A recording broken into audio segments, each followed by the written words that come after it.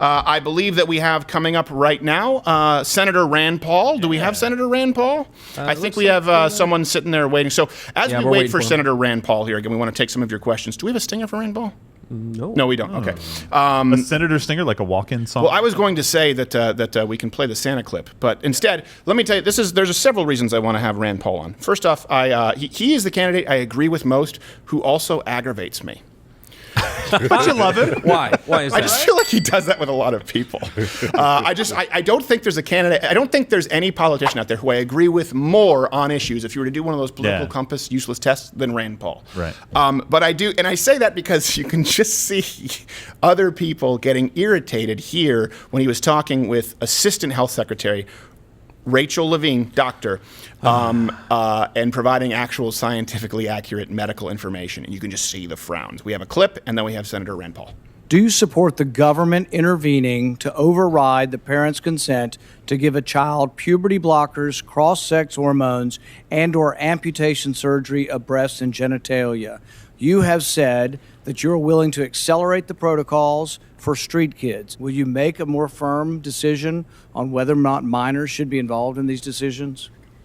Senator, transgender medicine is a very complex and nuanced field, and if confirmed, well, thanks for informing the practicing doctor.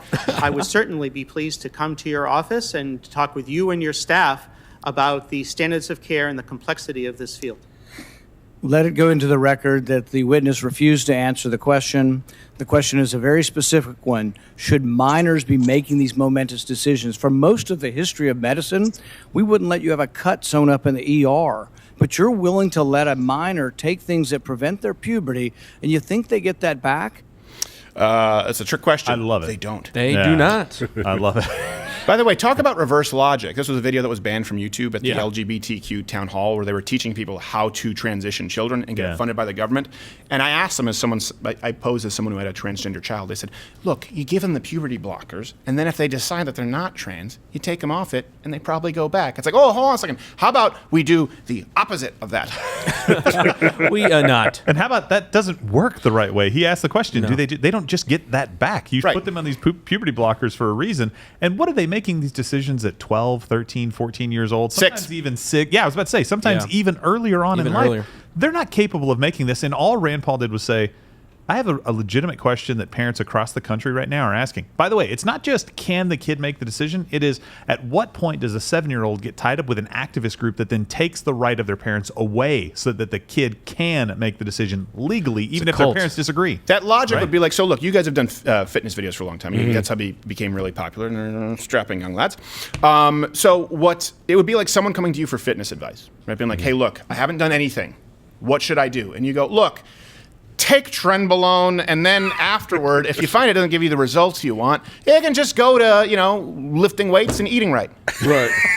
But, that's between consenting adults, No, It's illegal, but it's consenting adults. I don't see what's the rush with a small child. They can't even consent. They are not even at the legal age of consent. How could you let a small child remove his genitalia or female and take puberty blockers? It's just sick. It's just beyond reason. It is beyond. Think about that. That's one thing that people don't talk about. They are not of the age of consent sexually, but they are making decisions that can forever change their sex life. Imagine this, right? It's part of the wonderment of life. All right. We have Senator Rand Paul. We just showed that clip of him with Dr. Rachel Levine. Senator Rand Paul, can you hear me, sir? Good morning. It sounds kind of crazy. I'm not sure I want to be on. Smart man. It is. I'm not sure I want to be hosting. But I appreciate. I just showed that clip of you with Dr. Rachel Levine. First off, my question to you, Senator Rand Paul, is how did it feel to have someone sitting there at this hearing informing you of the subtle and nuanced details of transgender medicine, of which I'm sure you were not privy? Yeah, I thought, maybe Dr. Levine was going to say, now, son, you can't understand this, and I'll come and talk to you. Bless your heart. We're just not sure you can understand the nuances of giving little kids hormones that change their sexual appearance. But no, I think that when you look at the actual issue, it's horrifying to think that the people Biden is appointing would actually say that a 10-year-old's opinion would override their parents' consent. So a parent says, no, don't get anywhere near my kid. And the 10-year-old says, oh, I want to go to a gender clinic.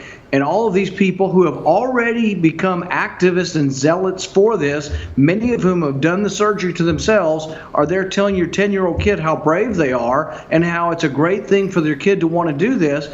And the parents object, and they would take a 10-year-old's word over their parents or 10-year-old's opinion. See, I think that nobody in America believes that. I think maybe less than 1% of America actually think that's a good thing. Right. But everybody's afraid of the media because the media will beat the hell out of you and say you're a big hater if you bring it up. Well, yeah, you were trending on Twitter as transphobic that day. When again, it used to be that you could say, "Look, you want to put on a dress, put on makeup as an adult, do whatever you want to do. That's fine. It doesn't infringe." As a libertarian, more libertarian-minded person, it doesn't infringe on my life. The only issue is when we're talking about women's sports. But it used to be, and by used to, I mean 2 years ago, still a relatively safe position to say, but you can't let kids transition. They were saying, oh, no, we don't want to let kids transition. The good news is, if she were to call you son, you could demand some testosterone pills, throw her for a loop. Yeah, because that would be some kind of gender hate crime to refer to me by my gender at all. So, no, I think the thing about it is when you talk about this, they're also lying to you. They're saying, oh, it's all reversible. Well, there's two different things they want to do to your children. First, they want to delay puberty. There is a certain reversibility to that drug. But when they get to be 14, they give a girl massive amounts of testosterone, enough to grow a beard better than your beard, probably. That's not saying much. Yeah. But see what I was saying? I was saying this before. Senator Rand Paul is the person with whom I agree the most and still irritates me. But here's the thing is, you give a 14-year-old girl that much testosterone that she grows a beard, she doesn't go back to the appearance of a girl. It changes things forever, and a 14-year-old can't make this decision. But they begin grooming these children at 10 because the so-called psychological evaluation is a bunch of people who have changed their sexual appearance through surgery or hormones, telling the child it's okay. Do you think anybody is at the gender dysphoria clinic saying, well, you might be careful, this could be permanent, and maybe you'll change your mind? Right. The American College of Pediatrics has looked at this, and 85 to 90% of these children who are confused work it out and end up not doing this if you leave them alone, don't give them medicine, and don't affirm and coach them into believing that it's a good idea. Left to their own sort of desires, most kids will kind of grow out of this. There's a large association. It's actually over 90%. It's up to 98 depending where you. I think the source you use was 90, but it depends on the age. Where you do the cutoff. It's up to 96 or 98%. Now, people don't know this. The number of children who transition, if you put them on hormone blockers, is 0. So there's a direct correlation right there between intervention, which we know in any other scenario obviously would be considered medically risky, and the outcome of the child. Yeah.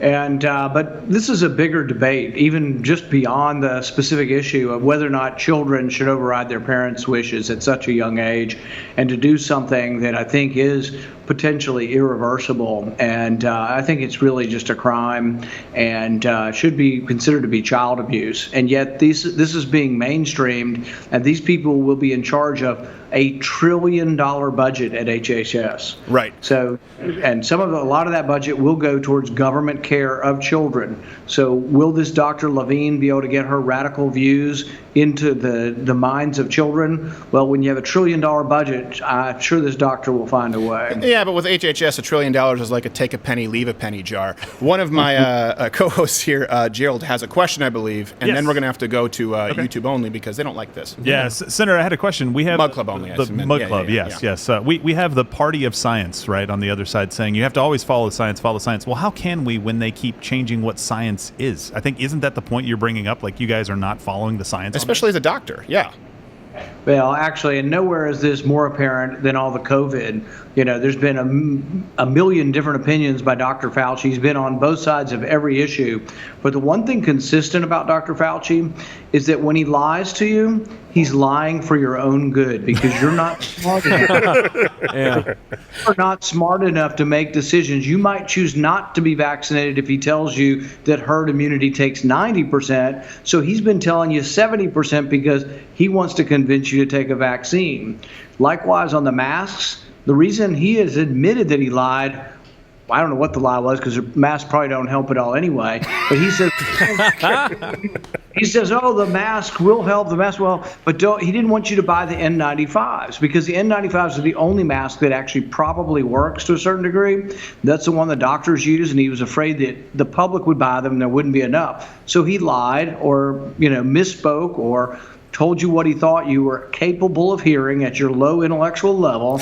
And this is a problem. This is, Fauci is the paragon of elitism and that he knows better than the rest of us. But in a free society, it's the opposite. Every individual assesses their own risk, whether you're going to cross the road, whether you're going to wait for a green light, whether you're going to get in a car, whether you're going to get on a motorcycle, whether you wear a helmet, whether you take a vaccine, whether you get the disease. Those are individual decisions in a free society, and we can't forget that. And before we go to Mug Club Only here really quickly, didn't he mock you on the mere concept of herd immunity, or am I misremembering that? At every point that he disagreed with me, he turned out to be wrong when you examine the evidence. Wow.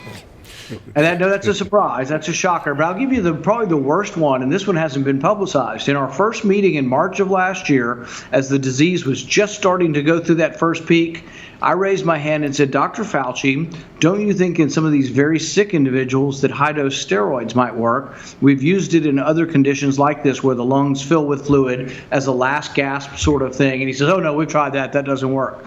Well, it turns out the most important thing you get if you have to be put on a ventilator is IV steroids at a high dose to try to save your life, and it's actually brought down the mortality by 80% using IV steroids. So he's wrong on everything. He's wrong on immunity. Wow. He said, oh, kids could get sick and they might have Kawasaki's disease. Turns out the death rate among those under age 25 is 1 in a million. It's less than the seasonal flu. Now, it's more dangerous than the flu for older people, but for younger people, this is actually less dangerous than the seasonal flu. So for young people, 1 in a million? You're saying there's a chance. All right, we're going to go really quickly to Mug Club Only. Everyone watching here, send your questions for Senator Rand Paul, Dr. Rand Paul. YouTube, thank you, but we don't know where this is going, so you can, I'll be polite. You know what to do, YouTube.